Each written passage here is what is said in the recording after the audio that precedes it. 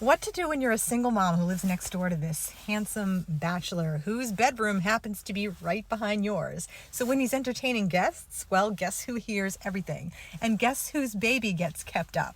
So one day I run into my neighbor Deacon in the hallway and I decide to say, do you think that when you're entertaining guests you might be able to keep it down? Because I don't know if you know this, our bedrooms are right next to each other. And he says to me, oh, I'm sorry. If I knew I was interrupting you, I would have invited you to join in. And then he looks at me and says, I'm just kidding. And I'm like, oh, okay. And this is my first interaction with him. He then deeply apologizes and offers to go to the store for me. So you know what?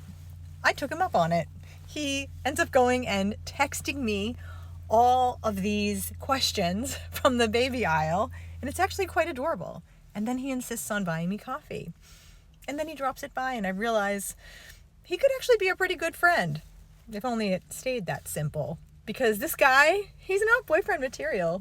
Nope, he's the anti-boyfriend. That's the name of the book.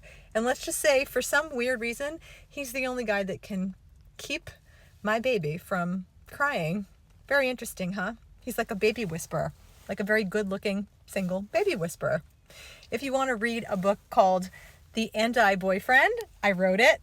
It's free to read in Kindle Unlimited.